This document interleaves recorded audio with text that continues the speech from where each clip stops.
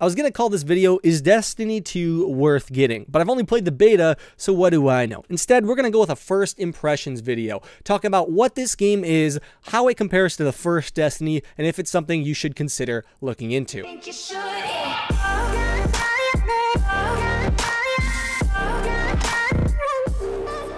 If you played the original Destiny and it's something you enjoyed, you'll feel right at home with Destiny 2. Honestly, it feels like the same game in a lot of ways, but also not in some others. A lot of people are listing this as a downside. Mainly non-Destiny players are calling it Destiny 1.5 because it looks the same way, it has the same UI, it's got the same graphics, a very similar feel to the original Destiny. And while some people are saying this is a negative thing, I can only look at this as a positive. First reason being, the first Destiny looked and felt great in my opinion. For being a console game, the first Destiny had a great art style, it still does. It's very captivating, the enemies are well designed and they look good. Really, it all comes back to the art style. Destiny is appealing to look at for a lot of reasons, and I think that's a big reason that contributes to its success. So not deviating too far away from that, I think, is a smart decision on Bungie's side of things. This ensures the look and feel of a game they know was popular and people enjoy it, and it gives them more time to polish this game.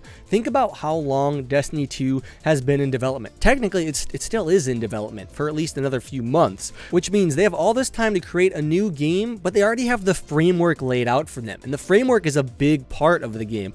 The framework of Destiny was probably one of the hardest things to make in the original Destiny. With that out of the way, they can work on, polishing it, making it so it feels like it has progression, a storyline, not just those cards that were in the first game. I think, and this part is just speculation, I think we can expect a much better and richer Destiny experience overall so far. But now let's talk about what I have seen in the beta. The gameplay, how it feels, how it plays out. The beta is very limited. It's very short. You get one strike mission. You get the solo mission at the beginning where you basically spawn your character. You don't actually get to customize your character at all. You just play as a default warlock, titan, or a hunter. And the weapons are all very limited. There's no experience gaining. There's none of that. They basically start you at an arbitrary rank, and you can't level up from there. And everything you get is just a side grade. There's no upgrades or downgrades really. Everything is on the same power level, just in a different way. As I mentioned, the guns feel and function the same way as the first game, but there are some differences in combat that are actually pretty cool. The new move that is bound to, I guess, the circle button on PS4 by default is pretty cool for each hero. What you can basically do as Warlock, you can get a damage boost or a healing boost inside of a circle. As the Titan, you get a certain shield, one that covers your entire body in kind of a rectangle shape, and another that just covers your waist height, so you can kind of crouch behind it. And the Hunter gets a little more mobility with their ability, kind of like a dodge roll mechanic that either reloads your main weapon or reloads your melee cooldown. The Warlock ones and the Titan ones feel pretty good, pretty useful. Definitely a lot of team play involved there, and they feel really good at the right times too. When you place one of those abilities down, the damage boost, the healing boost, or one of the shields, and they're actually used by your teammates, especially when you didn't queue up with them, it feels really good, and it feels like definitely a great addition to Destiny because it makes solving certain tasks in the strike that we're given a lot easier when you can place down a shield and revive a teammate, or use your healing to survive a big amount of damage. Stuff like that feels good. The Hunter one, on the other hand, kind of feels it gives you a little bit more mobility. You kind of roll around in the sky, either backwards away from your enemies or in a dodge roll fashion, which I said either reloads your weapon or refreshes the cooldown on your melee if you dodge something with it. I'm pretty sure that one doesn't feel like it was as well thought out. It's honestly not that useful. I find myself forcing myself to use it even though I never functionally need to. Actually, functionally, I found myself backflipping off of the map a few times in areas I didn't want to, just because I was trying to use this ability that was in my kit. So honestly, not too sure if I'm the only one that feels that way, but I think the Hunter one, well, it could be great in PvP. I can see it being very useful in PvP. In PvE, doesn't feel too good. The new subclasses aren't fantastic, but they are on the same level as the old ones, in my opinion. They're definitely not a downgrade, but I don't see them as an upgrade either. Maybe we'll see some more changes before release. And one thing that I especially noticed is Arc Strider and Blade Dancer are basically the same thing. If you played one, you know the other, and there's not a real way to get around that. Not that that's a bad thing. Once again, sticking true to things that they know are popular and that work, but you know, maybe a little more differentiation there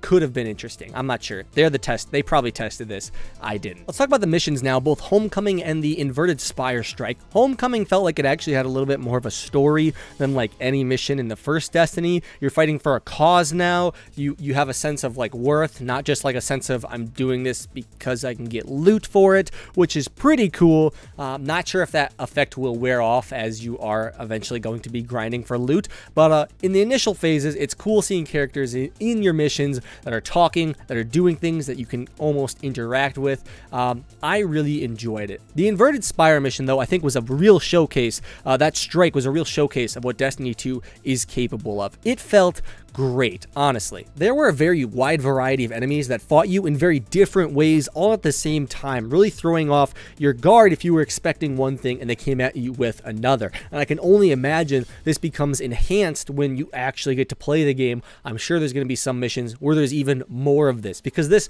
strike was not too difficult to complete. It really is pretty easy. You could do it with 2 random people, no problem. But even that being said, it was still fun, it was still fresh, and it didn't just feel like grinding away at different types of enemies. It actually felt like you had to be a little bit more tactical and, you know, do things. You can even see in this part we're playing here, you have to avoid these giant drill blades as you're fighting enemies, which I personally didn't find too difficult, but obviously like my partner did, because he got hit by them like 15 times. It just adds a new level of depth to the game that I think is very cool and fun. Like if you're jumping and stuff, you can easily hit these and you got to be aware of that. It's just something new and something fresh. Which brings us to the final boss of the mission, which I can't remember what it was called, but that dude was actually really cool. At first, I thought like as soon as he spawned in, I would just have to shoot him endlessly until he died, and it would be pretty boring and straightforward, and I was a little bit let down. But then the floor disappears, and you fall into a whole new area twice,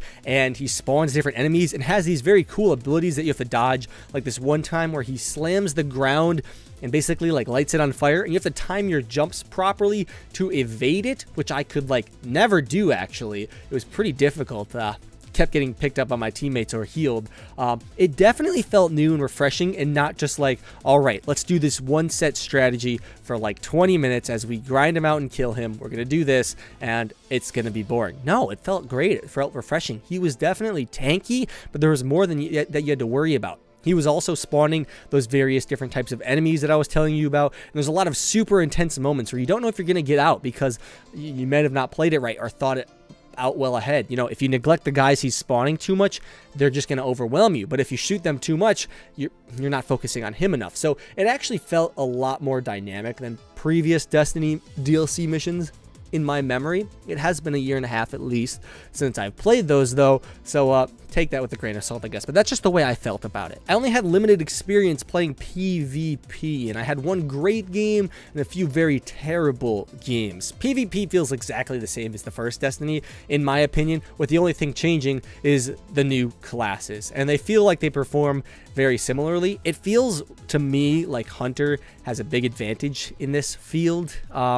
The abilities for Hunter just feel like they suit PvP more. You have some precise movement with your jumps. You get like a triple jump as Hunter in one of the upgrades instead of like low grav jetpack style jumping that you get in the other ones, which feels a lot better in my opinion, because it leaves you less vulnerable in the sky. You have that mobility ability that I talked about before, which may not be as good as the shield from Titan or the healing / damage boost from Warlock, but it is easier to use. It does feel very good when you can see an ability coming your way or a grenade, and you can use your lower cooldown ability to evade it and outplay the enemy. And I do think PvP is something that could be fun given enough game modes. There's only 2 in the beta, which I played both of, and I mean, it got a little stale, to be honest, playing that with a limited amount of weapons and everything. That one I think we're going to need to actually see the game when it comes out. All the weapons, all the kit, everything is what we're going to need to see before we can really give PvP a true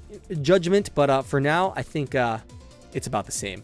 Overall, it was fun. I enjoyed it. I would definitely play Destiny 2 in a heartbeat, and even faster if it came out on PC earlier, which it unfortunately doesn't. But even on console, I found myself as a PC player not even remembering that console and PC are different. Like, as soon as you just get into the game, you forget about any FPS differences or graphics differences. And even though it's harder to aim on a controller, especially if you're used to a mouse, you can get used to it in a very short amount of time, and the game feels great. It's not limited by the fact that it's on a console, and I think that's the most important part of it. Tell me what you guys think. I'd love to hear your thoughts and opinions on Destiny 2 as well. If you enjoyed, be sure to hit that subscribe button. Follow me on Twitter. Link will be in the description. I'll see you guys all later. Have a good one. Rock out.